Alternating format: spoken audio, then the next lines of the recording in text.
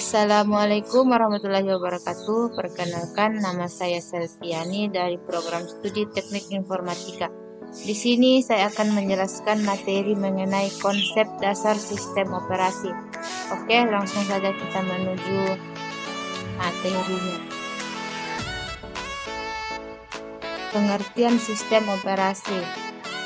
Sistem operasi adalah software yang mengontrol eksekusi program komputer dan dilengkapi dengan penjadwalan, penelusuran kesalahan, pengendalian input-output, akunting, komplikasi, penyimpanan, manajemen data, dan layanan hubungan. Tujuan sistem operasi.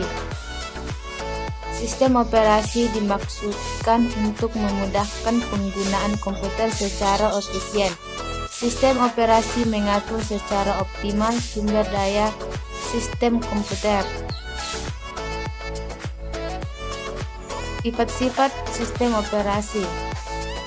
Yang pertama, usability, memudahkan pemakaian, memudahkan penggunaan, mempunyai desain untuk menyenangkan user atau user friendly. Yang kedua, generality, memiliki banyak manfaat. Sistem operasi dibangun untuk membantu, bahkan mempermudahkan pekerjaan user atau memfasilitasi apa yang ingin user kerjakan. Yang ketiga, efisiensi, memiliki fungsi yang cepat untuk membuat penggunaan sumber daya lebih optimal. Sistem operasi dirancang tidak hanya untuk melayani seorang user, tapi juga semua user sebagai grup.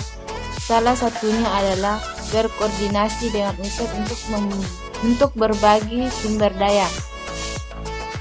Yang keempat, visibility, memiliki banyak kemampuan yang diharapkan oleh user sehingga mereka mengambil keuntungan maksimal dari sistem operasi. Komponen sistem operasi.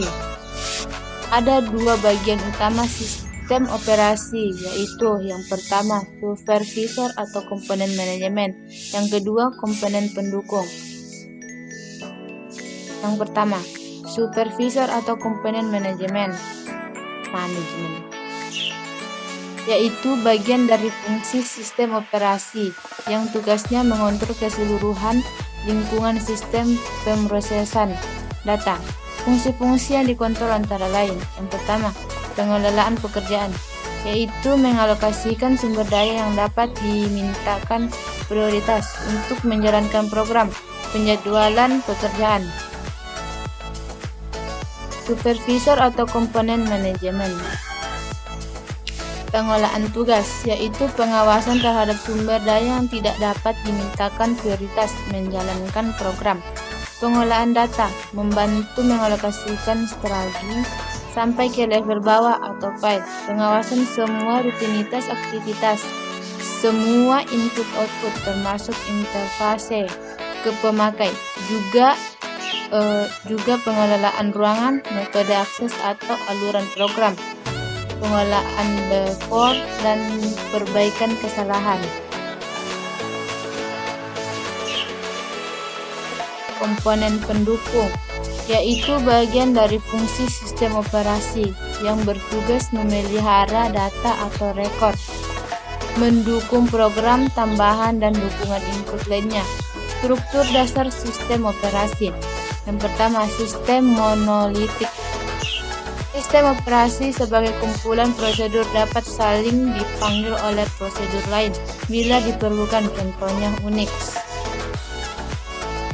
Adapun kelemahannya, menguji dan menghilangkan kesalahan sulit karena tak dapat dipisahkan dan dilokalisasi, sulit dalam menyediakan fasilitas pengamanan, tidak fleksibel karena komputer sebenarnya tidak memberlakukan seluruh layanan yang disediakan, kesalahan satu pemrograman pada satu bagian dari satu kernel, menyebabkan matinya seluruh sistem. Adapun keunggulannya, Layanan dapat dilakukan sangat cepat karena terdapat di satu ruangan alamat. Yang kedua, sistem operasi dibentuk secara hierarki berdasarkan lapisan-lapisan, di mana lapisan bawah memberikan layanan lapisan di atasnya. Adapun yang dimaksud dengan struktur berlapis, yaitu mengurangi kompleksitas rancangan dan implementasi sistem operasi. Tiap lapisan mempunyai fungsi dan interface I/O antara dua lapisan bersebelahan yang didefinisi baik. Contohnya, termodifikasi Venus di IC2. Adapun kelemahannya, fungsi-fungsi CO harus diberikan setiap lapisan secara hati-hati. Keunggulan, memiliki keunggulan rancangan modular. Tiap lapisan dapat dirancang, dikode, dan diuji secara independen. Pendekatan berlapis menyederhanakan rancangan, spesifikasi, dan implementasi sistem operasi. Tipe-tipe sistem operasi. Yang pertama, sistem back processing, yaitu tipe yang dikarakteristikkan oleh kenyataan bahwa hanya satu program user yang dapat dijalankan komputer dan dikerjakan seluruhnya sampai selesai, baru dapat memakai program selanjutnya. Yang kedua, sistem multiprogramming, yaitu sistem yang mempunyai karakteristik bahwa lebih dari satu proses dapat dijalankan dan dalam sistem komputasi yang sama pada saat yang sama. Yang ketiga, sistem time sharing atau multitasking. Seperti multiprogramming, hanya waktunya dibatasi. Suatu proses menggunakan CPU dengan waktu tertentu. Setelah itu, CPU digunakan untuk mengerjakan proses yang lain. Waktu maksimal yang diperlukan untuk menggunakan CPU disebut quantum time. Yang keempat, sistem multiprocessing, yaitu suatu sistem yang memiliki lebih dari satu prosesor, sehingga mampu menjalankan satu atau lebih program, menggunakan bus, clock, memori, dan peralatan lainnya secara bersama-sama. Sistem multiprocessing dibagi menjadi dua bagian.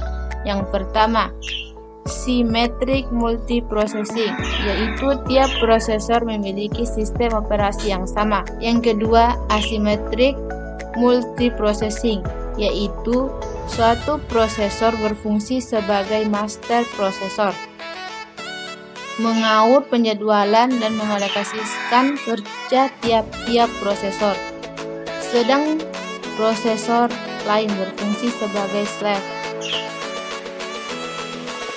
Yang kelima, sistem terdistribusi, yaitu kumpulan prosesor yang tidak menggunakan memori atau clock secara bersama-sama. Adapun keuntungannya, pemakaian resursi secara bersama-sama, kecepatan komputasi, reliabilitas, faktor kegagalan proses dapat dikurangi, komunikasi, adanya transfer data dari satu program ke program lainnya. Yang keenam, sistem real time, yaitu digunakan jika suatu operasi memerlukan ketepatan waktu dari prosesor atau aliran data, dan sering digunakan sebagai pengontrol terhadap aplikasi-aplikasi tertentu.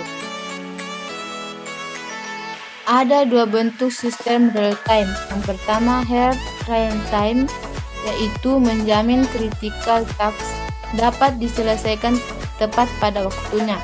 Yang kedua, soft real time, yaitu memberikan prioritas pada critical task dibanding dengan task yang lainnya, sehingga critical task selesai dikerjakan. Itulah hasil penjelasan dari saya. Sekian dan terima kasih. Assalamualaikum warahmatullahi wabarakatuh.